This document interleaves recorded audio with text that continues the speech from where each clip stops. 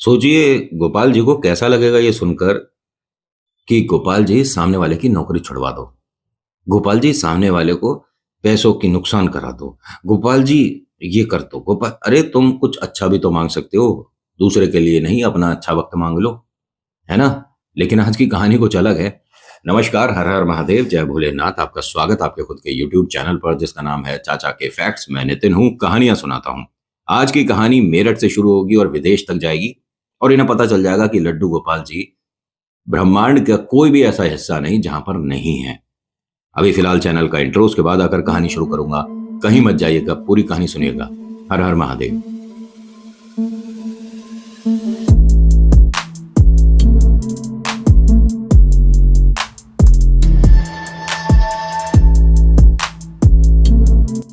कहानी शुरू करने से पहले एक छोटी सी रिक्वेस्ट है कि अगर पसंद आती है तो प्लीज लाइक करिए, शेयर करिए, कमेंट में लिखिएगा जय श्री लड्डू गोपाल जी। आपका नाम, आपकी जगह, कहां से ये वीडियो देख रहे हो। कहानी माधवी की है। एक जॉइंट फैमिली में शादी हुई है और बहुत ज्यादा खुश हैं। खुश थीं। खुश कभी थी ही नहीं। क्या कहूं, मुझे समझ नहीं आता। जो दूसरे के लिए बुरे वक्त की डिमांड करने लग जाए, उसका अच्छा वक्त आते आते भी नहीं आएगा। इनके साथ ऐसा ही हो रहा था। इनकी अभी शादी को तकरीबन 3 साल हुए थे। अभी इनका फैमिली के प्रति कोई प्लानिंग नहीं था। ठीक है। घर में दो बड़े भाई और हैं और ये तीनों एक फैक्ट्री में काम करते हैं। अपनी ही फैक्ट्री है, मतलब। तीनों में सबसे कम पैसा छोटे वाले को, जिनसे माधवी की शादी हुई है, उनके पास आता है। घर जो है, मेरे ख्याल से जिस जगह रहते हैं उस जगह सबसे बड़ा इन्हीं का था। इनके घर में इनके दादाजी के दो भाई और रहते हैं। बाकी उनकी भी भरपूर फैमिली है। सभी को दादाजी की तरफ से एक आदेश मिला हुआ था कि घर का कोई भी सदस्य, बड़ा छोटा कोई भी, चाहे छोटा सा 6 साल का बालक हो, चाहे वृद्ध दादाजी 72 साल के, कोई भी घर से बाहर बिना मंदिर के सामने जय करे नहीं जाएगा।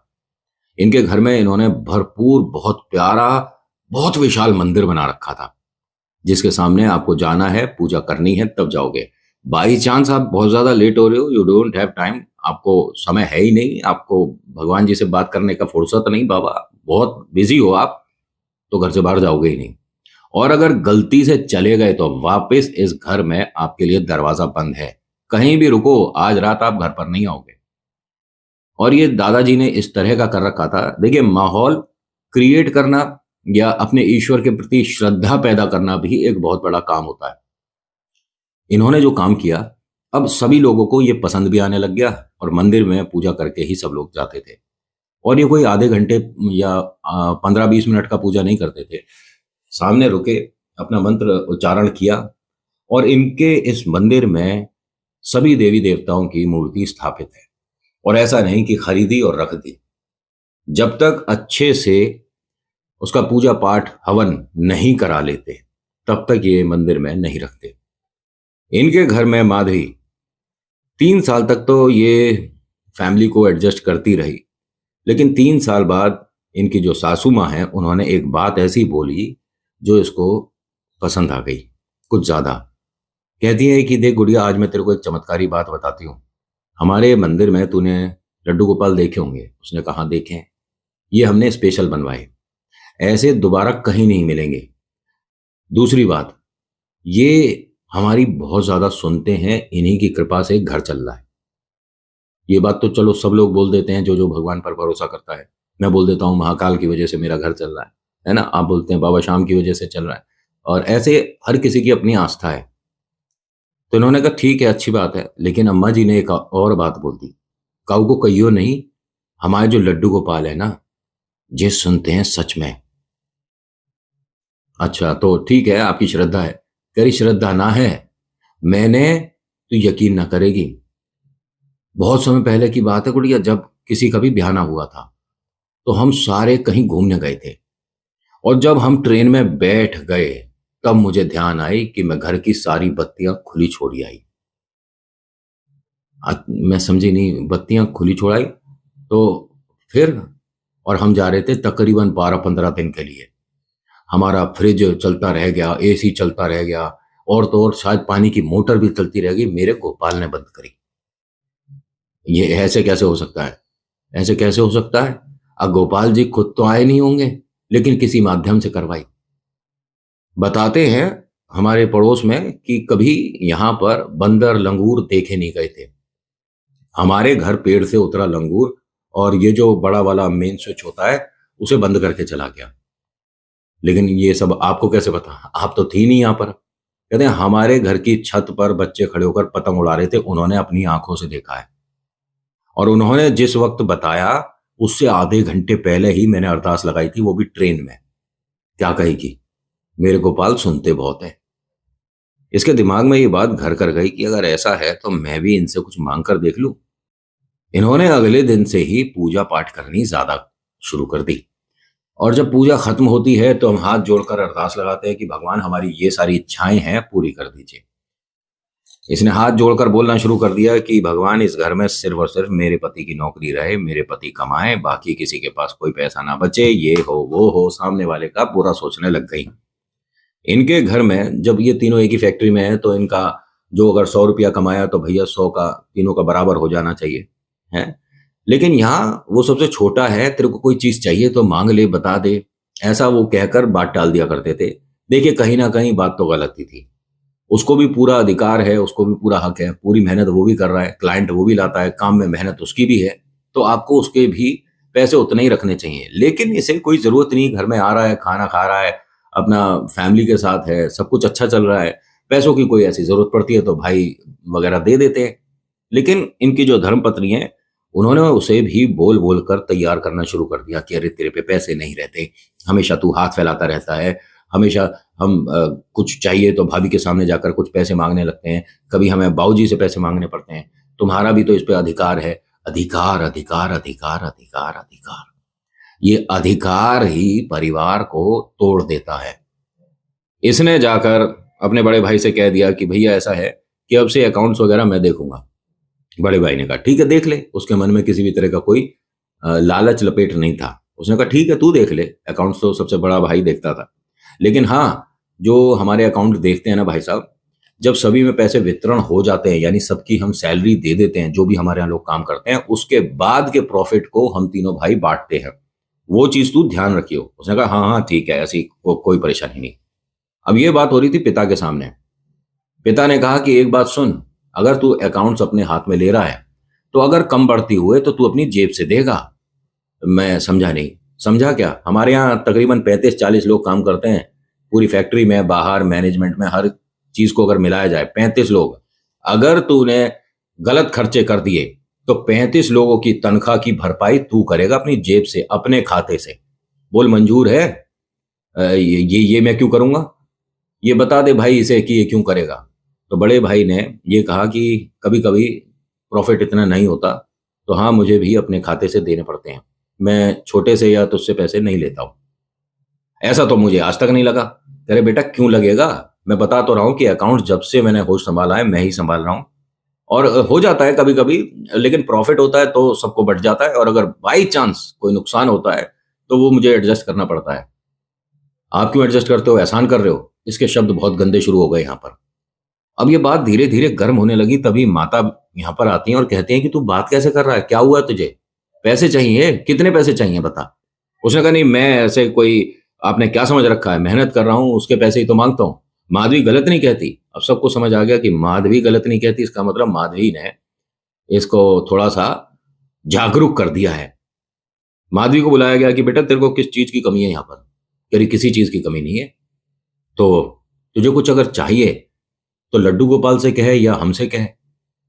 अपने पति के माध्यम से तू कुछ बातें घर में गलत करवा रही है। उसने कहा ऐसा है जी, हम हर बार रोज कुछ ना कुछ जब भी हमें चाहिए होता है आपके सामने आकर खड़े हो जाते हैं, ये हमें अच्छा नहीं लगता। क्या मेरे पति यहाँ पर बाकी भैयाओं से कम काम करते हैं, कम मेहनत कर रहे हैं? उन्होंने कहा नहीं ठीक है, छोटा है और उसने फैक्ट्री बैठना बाद में शुरू करा है, कम से कम इसे 10 साल का अनुभव कम है दोनों भाइयों से, तो वो दोनों संभाल तो रहे हैं, इसमें क्या परेशानी है? नहीं अकाउंट्स तो अब यही देखेंगे, अकाउंट्स यही देखेंगे बाबूजी अब, और जो कम पड़ती होगी हम अपने आप देख लेंगे। बाबूजी ने कहा कि अच्छा कम बढ़ती होगी तुम अपने आप देख लोगे? जी जी बिल्कुल देख लेंगे। भाई ने, बड़े भाई ने एक फर्ज निभाया और ये कहा कि देख बेटा, अगर तुझे काम करना ही है, तुझे अकाउंट देखना है, पैसों का हिसाब किताब अपने पास रखना है, तो 1 महीने बाद से करियो। अभी फिलहाल ये वाला जो महीना जाने वाला है इसमें उतना प्रॉफिट नहीं बना है, क्योंकि मौसम बदल रहा है, हमारा सामान मौसम के हिसाब से भी चलता है।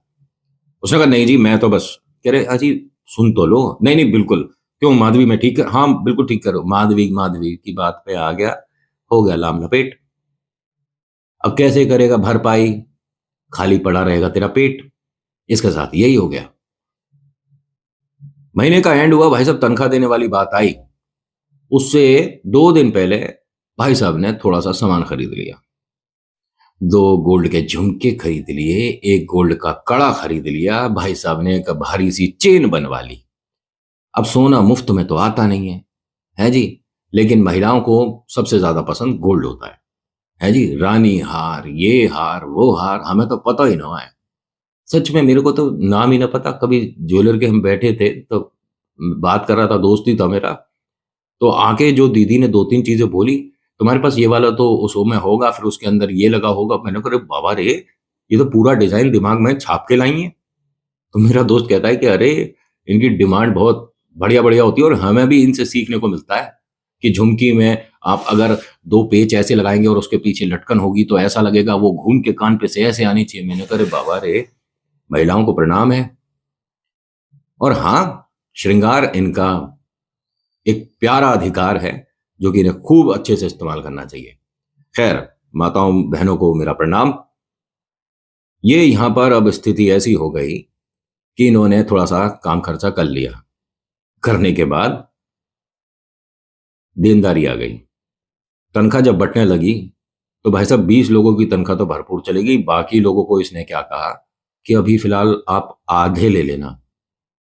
16-17 लोग रह गए थे, जिनमें से 2 ने तो ये कह दिया अरे सर कोई बात नहीं, हम यहाँ पर कब से काम कर रहे हैं, कोई बात नहीं। लेकिन बाकी लोग अटक गए, नहीं जी हमें घर की किस्त देनी है, बच्चों की स्कूल की फीस है, घर में राशन आना है, नहीं जी हम तो पूरी तनख्वाह लेंगे। क्यों क्यों, हमने काम नहीं किया है, और बढ़कर जो मिलने चाहिए वो तो कम, आप तो हमारी तनख्वाही, ये क्या बात है, बड़े भैया को बुलाओ। और ये रोज वहां मंदिर के सामने बैठती थी, लड्डू गोपाल जी सिर्फ मेरे पति देव कमाए, इन दोनों को घर बैठा दो, घर में सिर्फ और सिर्फ मेरे पति की ही बात हो, उन्हीं की बात मानी जाए, ये है वो है। गोपाल जी ने कोशिश तो बहुत करी कि इसका दिमाग थोड़ा सा सही हो जाए, लेकिन ये मान ही ना रही है। सुबह उठते के साथ ही बैठ जाती है, गोपाल जी ये बुरा कर दो उनके साथ, गोपाल जी वो बुरा कर दो। ये समझ ही नहीं आ रही है। अब इस लड़के ने बड़े भाई को फोन किया और बताया कि ये तो इस तरह से पैसे मांग रहे हैं। तो भाई ने कहा कि मुझे क्यों फोन कर रहा है, फिर हमने तेरे को पहले ही बताया था कि ये वाला जो मंथ है इसके अंदर उतने पैसे नहीं बने हैं, तू अगले 2 महीने में शुरू कर लियो। नहीं मैं तो अभी करूंगा। तो मैं क्या करूं, उन्होंने कहा लेकिन हिसाब में प्रॉफिट तो बाद की बात है, इन सभी की तनख्वाह के हिसाब का तो अकाउंट में आ चुका था, वो कहां गया। अब आप मुझसे पैसों का हिसाब मांगोगे, कभी मैंने मांगा है आपसे पैसों का हिसाब। बेटा बस पूछ ही तो रहा हूं तेरे से, अगर कुछ खर्चा वगैरह कर दिया है तो बता दे, हम दोनों कुछ करते हैं, फिर पैसों की भरपाई तो हो जाएगी। नहीं नहीं मैंने तो कुछ नहीं खरीदा। अगर कुछ नहीं खरीदा तो अकाउंट जो हमारे देखते हैं भाई साहब, उन्हें लेकर तेरा घर आ, आप मुझ पर हुक्म चला रहे हो। उन्होंने कहा अरे कुछ नहीं चला रहा, मैं तेरा बड़ा भाई होने के नाते, फैक्ट्री के मालिक हैं हम तीनों, है ना, तो बात नहीं कर सकते तेरे से, आ रहा हूं। अब ये बड़े गुस्से में गया तनतनाता हुआ। वहां वो गोपाल जी से अरदास लगाई चुकी थी। देखिए गोपाल जी आपको जो समझाते हैं ना, उनके तरीके बड़े लाजवाब होते हैं। जब घर पहुंच रहा था तो एक छोटा सा बच्चा आया इसके सामने। इसे अच्छे से ध्यान है कि यहां मुझे एक तरह की सीख मिल गई थी। उसके हाथ में एक छोटा सा खलता था जिसके अंदर 4 लड्डू थे। ये अपने घर पहुंचने से पहले की बात है, तकरीबन 3-4 मकान पहले की बात। अब ये बाइक से था, तभी उसके सामने एकदम वो लड़का आ गया, इसने बाइक रोकी, अकाउंटेंट को बोलता है कि आप उतर कर जाओ, जरा मैं 2 मिनट अपने दोस्त से बात करके भी आऊंगा। और तुझे देखना नहीं आता, चलना नहीं आता रोड पर, बाइक से टकरा जाता, चल साइड में। अब वो अकाउंटेंट उतरे और वो चल दिए घर के लिए। अब वो बच्चा वहीं खड़ा रहा। इसके सामने वाली दुकान पर दोस्त था, उससे 2-1 सेकंड बात करने के बाद बच्चे को फिर देखता और कहता है कि अरे जा ना यहाँ से, क्यों खड़ा है मेरे सामने। उसने कहा अगर मेरे लड्डू गिर जाते ये सारे तो कौन दिलाता, मैं क्यों दिलाता, गलती तेरी थी। अच्छा, भैया अभी ये सब गिरता तो तुम्हारी वजह से गिरता ना, तुम इस साइड चला रहे हो, बाइक तो उस तरफ चलती है। गलती इसी की थी वैसे, गलत साइड खुद ही चला रहा था बाइक। अच्छा ज्यादा मुझे सिखा मत। नहीं तो मैं तो आपको सीधी सीधी बात बता रहा हूं, मुझे गलती मत बताओ आप। गलत खुद करोगे तो गलती आपको ही भुगतनी पड़ेगी, आपको ही दिलाने पड़ेंगे मेरे को लड्डू। मैं क्यों दिलाऊंगा? अच्छा जाए यहां से। इसके दोस्त ने पूछा क्या बोल रहा है, किससे बोल रहा है? कह रहा कुछ नहीं, वो जो बच्चा गया है। अब उसने भी बाहर झांक कर देखा, बहुत सारे बच्चे जा रहे थे। कह रहे ये बहुत सारे बच्चे जा रहे हैं, इनमें से कौन से बच्चे से बात कर रहा था तू? कह रहे जिसके हाथ में खलता है, लड्डू ले रखे हैं जिसने। अच्छा खलता भी, और उसमें तुझे लड्डू भी दिख गए? अरे हाँ वो सही कर रहा था तो उसने एक लड्डू निकाल कर रखा था। यहाँ कोई बच्चा ऐसा नहीं था जिसके हाथ में खलता था। अब इसने अपने दोस्त से बात करी, मोटरसाइकिल को स्टार्ट करा, स्टार्ट ना हो। यार तेरी दुकान पर ही खड़ी करके जा रहा हूँ, ये जरा मुझे घर पर जाना है। हाँ हाँ खड़ी कर दे, यहाँ साइड में खड़ी। खड़ी करके बाइक जैसे ही चलने लगा, देखता क्या है कि वो बच्चा इसी के घर के बाहर खड़ा है और गुस्से में देख रहा है इसे। ये गया उसके पास, कहता है कि क्या हो गया, तू गया क्यों नहीं? नहीं, आपने गलती करी, माफी मांगो। मैंने क्या गलती करी और मैं कोई माफी नहीं मांगूंगा। गलती आप ही की है, अगर आप गलत करोगे तो माफी तो मांगनी पड़ेगी। और मैं सच में आपसे बिना माफी लिए आपको घर में नहीं जाने दूंगा। अच्छा हट यहां से। इसने उस बच्चे को इस तरह से पकड़कर जब साइड करा, ऐसा लग रहा था कि भाई साहब ये कोई बालक नहीं है, ये कम से कम 100 लोग खड़े हैं जिनको ये एक साथ हिलाना चाह रहा है। बच्चा ना हिला इतना सा भी इससे। ताकत दिखा रहा है मुझे, छोटा है तू, इस वजह से मैं कुछ कह नहीं रहा हूं। ये तेज बोल रहा था। अम्मा आ गई दरवाजे पे, दरवाजा खोलकर कहती हैं कि क्या हो गया, किससे गुस्सा गुस्सी कर रहा है, घर में चल। अरे ये नौटंकी दिखा रहा है मुझे। अम्मा ने देखा इधर उधर, कौन नौटंकी दिखा रहा है तुझे? ये जो लड्डू लिए खड़ा है लड़का। अब जैसे ही इसने ये बोला है, अम्मा ने वहीं अपनी जो जमीन है उस पर हाथ लगाया, माथे लगाया। अरे गोपाल जी कहाँ घूम रहे हो तुम? और ऐसा बोलकर वो अंदर हंसती हुई मुस्कुराती हुई चली गई। सभी से कहती है कि कोई कुछ नहीं बोलेगा, कोई गुस्सा गुस्सी नहीं होगी, कोई हिसाब नहीं, कोई कुछ नहीं। पैसे कम पड़ जाएं मैं दे दूंगी, कोई हिसाब नहीं। अकाउंटेंट को कहते हैं कि तू जा बेटा, जा अपना फैक्ट्री पे जा। लेकिन अम्मा जी जो कम हुए हैं वो मैं बता दो। अरे ठीक है कम ज्यादा जा तू जा, मैं बता रही हूँ अभी क्या होने वाला है। अरे तुम इन मामलों में मत पड़ो, ये बाबूजी ने कहा। बड़े बेटे ने भी कहा कि माँ उससे बात करनी जरूरी है, ऐसे खर्चा करेगा तो हमें दिक्कत हो जाएगी। अरे तू अभी देख, मैं बताऊंगी आगे क्या होगा। माधवी को बुलवाया। माधवी बेटा, तूने कुछ खरीदा था? मैंने कुछ नहीं खरीदा। नहीं अगर खरीदा है तो बता, दो और खरीदवाएंगे हम तेरे को वैसे। माधवी ने कहा कि नहीं मैंने कुछ नहीं खरीदा। सोच ले बेटा, अगर तूने कुछ खरीदा है तो दो और दिलवाऊंगी वैसे। कोई सूट खरीदा है, कोई कंगन खरीदा है, या कोई जगह प्लॉट खरीदा, मकान खरीदा, तो दो और दिलवाऊंगी। इसने कह दी जी अपने मन की सारी बातें। हाँ एक चेन खरीदी थी, थोड़ा ये झुमके एक। अच्छा अच्छा। अपने पति से बोलती हैं, बाबूजी से, दादाजी से, कि गुड़िया ने जो लिया है दो जोड़ी और इसके लिए तैयार करवाने हैं। लेकिन जो खर्चा हुआ है वो तो, अरे तुम चुप रहो एक मिनट। ये अंदर आया, आने के बाद थोड़ा गुस्से में तो था ही, आज का दिन ही खराब है। बताइए आपको क्या बात करनी है मेरे से? भाई ने कहा कि थोड़ा आराम से बात कर, इतने गुस्से में क्यों है? गुस्से में तो आज एक तो बाइक बंद हो गई, ऊपर से वो लड़का जो बच्चा है वो मेरा पीछा नहीं छोड़ रहा है। अम्मा ने हंस कर कही गोपाल मिले इसे, और ये मूर्ख उनसे भी बहसबाजी कर रहा है। अब सबने एकदम हाथ जोड़ दिया, ये लोग बहुत ज्यादा विश्वास करते हैं गोपाल जी पर। सबने हाथ जोड़ दिया। फिर कहते हैं अम्मा जी से, बड़ा बेटा, कि माँ कहाँ दिखे गोपाल जी? घर के द्वार पर दिखे। और ये बता रहा है कि वो इसे डांट रहे थे कि तुमने गलती करी है, माफी मांगो। अरे माँ ये ना तुम बेकार की बातें मत करो, कोई गोपाल जी नहीं थे, लड़का था बाहर जो खड़ा था, ठीक है, उसके हाथ में लड्डू था तो अब वो लड्डू गोपाल हो गया, कुछ भी। माँ ने कहा कि जो तू कह रहा है तुझे खुद सुनाई दे रहा है। तूने कहा कि मैंने उस बच्चे को इस तरह से कंधे पर हाथ लगा के धक्का दिया, वो हिला भी नहीं, छोटा सा बालक तेरे से हिला भी नहीं। चमत्कार होते हैं बेटा, ईश्वर खुद नहीं आते, लेकिन कोई ना कोई माध्यम जरूर ऐसा हो जाता है जो कि हमें विश्वास होता है। नहीं ये कोई बात नहीं होती। तो बड़े भाई ने कहा कि बेटा विश्वास करा कर, तो माधवी ने कह दिया कि जी विश्वास करने से ना नुकसान होते हैं। ऐसे तो मैं भी लड्डू गोपाल जी से कुछ मांग रही थी, मुझे तो आज तक नहीं मिला। कुछ अच्छा मांग रही होगी। अब इसका चेहरा देखने लायक कि अच्छा तो कुछ बोल ही नहीं रही थी। ये तो सब कुछ लड्डू गोपाल से उसके साथ बुरा हो जाए, इसका ये हो जाए, उसकी साड़ी प्रेस वाला इस्त्री करते में उसमें छेद बना दे, पता नहीं क्या क्या मांगती थी ये तो लड्डू गोपाल से। अब गोपाल जी ये सब थोड़ी ना काम करेंगे। माधवी ने कहा कि नहीं, मैंने आज तक कुछ भी बुरा नहीं मांगा और मैं कोई अब भगवान पर भरोसा भी नहीं करती। पहले तो मैं पूजा पाठ करती थी, आज सुबह तक तो मैंने करी है, लेकिन अब इसे नहीं करूंगी क्योंकि मेरे पति को इस तरह से सब लोग बात कर रहे हैं जैसे इन्होंने कोई गलत काम कर दिया हो। अरे ठीक है, फैक्ट्री अपनी है, नुकसान हो जाता है, प्रॉफिट हो जाता है, उसमें क्या, इतना नहीं सुनाना चाहिए। माँ ने कहा कि अपने से बड़ों से बात करने की ये तमीज नहीं है। अभी मैंने ये तेरे को बोला ना कि जो तूने लिया है वो मैं तेरे को दो और दिलाऊंगी, तो थोड़ा जुबान पर संयम रख, जो बड़े हैं उनसे थोड़ा आराम से और प्यार से बात कर, वरना लड्डू गोपाल से जो तूने कहा है ना वो कहीं पलटकर तेरे पर ना आ जाए। अब भाई साहब ये सुनते के साथ ही घबरा गई। अगर कोई गलती कर रहा है और आपको पता चल जाए और आप उसे बोल दो ना, तो वो थोड़ा सा उसका मूवमेंट बदल जाता है, उसके बात करने में फंबल आएगा, कांपने लग जाएगी आवाज, या बार बार नाक को छूता रहेगा, ये सब चीजें पकड़ी जाती हैं। ठीक है। इसने उल्टा सीधा बोलना शुरू कर दिया तो ये माता पिता को भी अब बोलने लग गई माधवी। इनके मंदिर में इन्होंने गोपाल जी की मूर्ति गिरती हुई सुनी, सभी लोग एकदम, जो बहस चल रही थी सब बंद हो गई। मंदिर की तरफ देखते हैं कि कहीं कोई चूहा वगैरह तो नहीं आ गया। भव्य मंदिर बना रखा, बड़ा है एकदम, जो मार्बल के बनते हैं। देखा तो लड्डू गोपाल की मूर्ति गिरी हुई थी।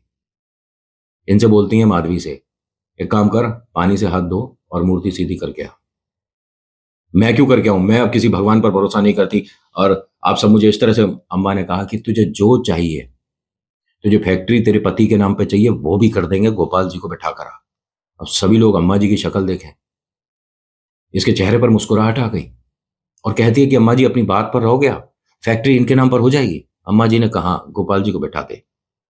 ये गई हाथ धोकर मंदिर के सामने जय करती है, गोपाल जी को बैठा रही है। गोपाल जी बैठ ही ना रहे, कभी इधर ढुलक जाए कभी उधर ढुलक जाए। गुस्से में क्या कहती है, अरे तुम पे बैठा ना जा रहा। अम्मा ने कही गोपाल जी ना बैठ पा रहे, तेरे से फैक्ट्री क्या ही लेगा तेरा पति। तो उसने कहा माँ आप इस तरह से बोल रहे हो ना, मैं बैठा सकता हूँ, हाँ हाँ जा तू कर ले कोशिश। इन दोनों ने भरपूर कोशिश कर ली, गोपाल जी मजाल है जो बैठ जाएं। तुम दोनों की नीयत खराब, तुम दोनों का मन खराब, उसके बाद तुम सोचते हो कि ईश्वर तुम्हारे कहने से चलेंगे। खूब कर ली इन्होंने जी। अपने घर में सबसे छोटा बालक जो कि 8 साल का है, उससे कहती हैं कि जा बेटा हाथ धो, गोपाल जी को बैठा के आ। वो गया, गोपाल जी तो तुरंत बैठ गए। इन दोनों की शक्ल देखने लायक कि हाँ, जब हम बैठा रहे थे तो बैलेंस नहीं बनना था। उन्होंने कहा ना बेटा, बैलेंस वाली बात ही ना है। गोपाल जी तुम्हें तुम्हारी बात दिखा रहे हैं कि तुम कर क्या रहे थे, मैं तुम्हारे कहे से ना चलने का। अगर किसी के लिए बुरा समय मांगोगे, कोई बुरा उसके लिए नहीं होगा, तुम्हारे लिए जरूर होगा। दूसरा, तुम अच्छा समय मांगो, किसी और के लिए मांगो, अच्छा उसका बाद में तुम्हारा पहले होगा। ये लड्डू गोपाल है, ये अलग हैं कुछ, ये कई तरीके से सिखा देंगे सामने वाले को। और जो लोग कहते हैं कि भूत प्रेत आत्मा की कोई बाधा आ जाए तो सिर्फ बालाजी का नाम लो, गोपाल जी का भी नाम ले सकते हो। तुम्हें गोपाल जी के लड्डू में कितना वजन है समझ नहीं आता, ब्रह्मांड के सारे प्रेत एक लड्डू में दाब देंगे।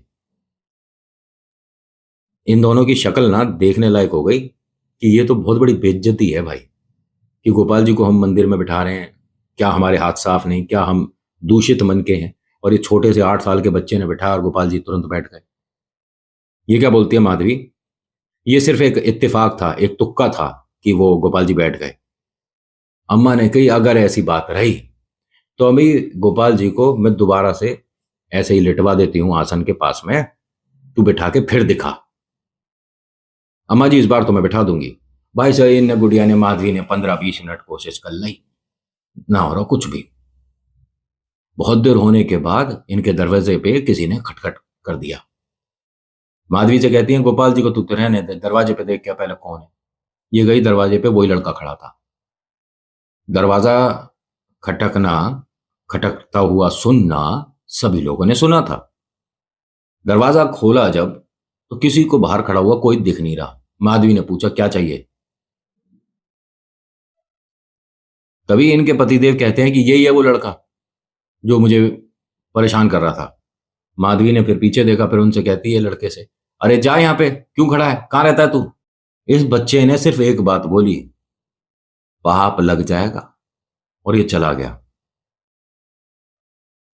अम्मा ने पूछा कि कौन दिखा तुझे? वो एक छोटा बच्चा था। छोटा बच्चा था, तुझे भी दिखा होगा। उनके पतिदेव ने भी हाँ कर दी, हाँ दिखा। क्या कह रहा था? कुछ नहीं। और गोपाल जी देखो, ये किसने बैठा दिया? अम्मा जी ने कहा, मैंने बैठाया।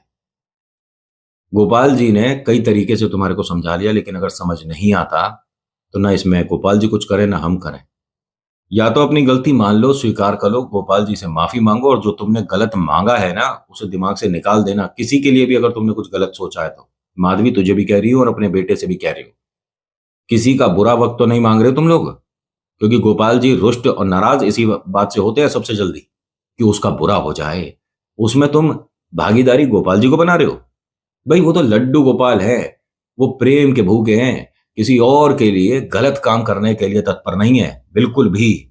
और कोई भी ईश्वर नहीं होते ऐसे, यहां टोने टोट के थोड़ी ना करते हैं, है ना। माधवी ने रोते रोते सारी बात बता दी कि मैं क्या बोलती थी।